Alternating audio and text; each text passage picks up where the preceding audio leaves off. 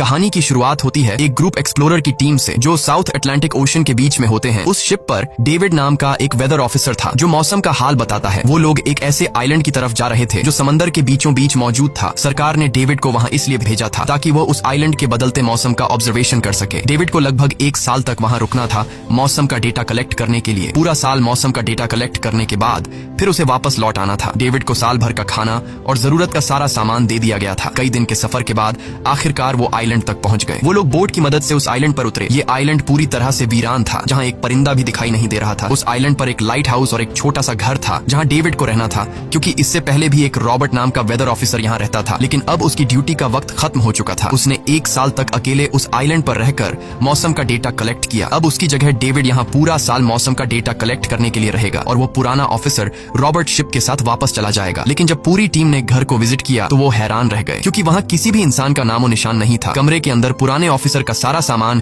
यहाँ वहाँ बिखरा पड़ा था। जिसके बाद कैप्टन और डेविड ने सोचा कि शायद लाइट हाउस में कोई हो सकता है। कैप्टन और डेविड बिना वक्त गंवाए लाइट हाउस की तरफ बढ़ते हैं और वो सब वहाँ एक अजीब नजारा देखते हैं। वो देखते हैं कि पूरा लाइट हाउस तेज और नुकीले लकड़ियों से घिरा हुआ था, जैसे किसी ने जानबूझकर उसे बंद कर दिया हो ताकि कोई भी अंदर न जा सके। जिसके बाद कैप्टन और डेविड ने लाइट हाउस का गेट कई बार नॉक किया, लेकिन अंदर से कोई रिस्पॉन्स नहीं मिला। आखिर में उन्होंने गेट को जोर से धक्का दिया और अंदर घुस गए। लाइट हाउस के अंदर उन्हें एक आदमी मिला जिसका नाम ग्रूनर था। जब उन्होंने ग्रूनर से पुराने वेदर ऑफिसर रॉबर्ट के बारे में पूछा तो उसने जवाब दिया कि वो तो मर गया है। वो समंदर की तरफ गया लेकिन दोबारा कभी लौटकर वापस नहीं आया। ग्रूनर की बातें सुनकर डेविड और कैप्टन दोनों चौंक गए। ये सब सुनने के बाद कैप्टन ने डेविड से कहा, अगर तुम अब भी चाहो तो हमारे साथ वापस चल सकते हो। लेकिन डेविड ने वापस जाने से इनकार कर दिया। डेविड ने सोचा अगर वो सरकार को उस आइलैंड का एक्यूरेट वेदर रिपोर्ट दे पाया तो उसे काफी मोटी रकम मिल सकती है। जिसके बाद कैप्टन ने उसे एक गन दी खुद की प्रोटेक्शन के लिए और कैप्टन ने डेविड से कहा कि ये जगह मुझे सेफ नहीं दिखाई दे रही, अपना ख्याल रखना। इसके बाद उसे वहीं पर छोड़कर वो सब वापस चल दिए और अब ये दोबारा वापस 1 साल बाद आएंगे। कैप्टन के जाने के बाद डेविड ने घर को थोड़ा सेटल किया, रहने के काबिल बनाया। रात होने के बाद उसे ड्रॉर में एक डायरी मिली जो पुराने वेदर ऑफिसर रॉबर्ट की थी। उस डायरी में आइलैंड के बारे में बहुत कुछ लिखा था। डायरी में एक मिस्टीरियस क्रीचर के बारे में कुछ बातें लिखी गई थी, लेकिन सब कुछ साफ नहीं था, कुछ बातें अधूरी थी। डेविड हर लाइन को ध्यान से पढ़ता गया। उस डायरी में कुछ अजीब तरह के जानवरों के स्केचेस भी बने थे। डेविड को समझ नहीं आया उसने ऐसी पिक्चर्स क्यों बनाई थी। शायद वो अकेला था और टाइम पास के लिए ऐसा किया होगा। डायरी के एक पेज पर पुराने ऑफिसर के वाइफ की फोटो भी लगी थी। डेविड वह डायरी पढ़ते पढ़ते थक गया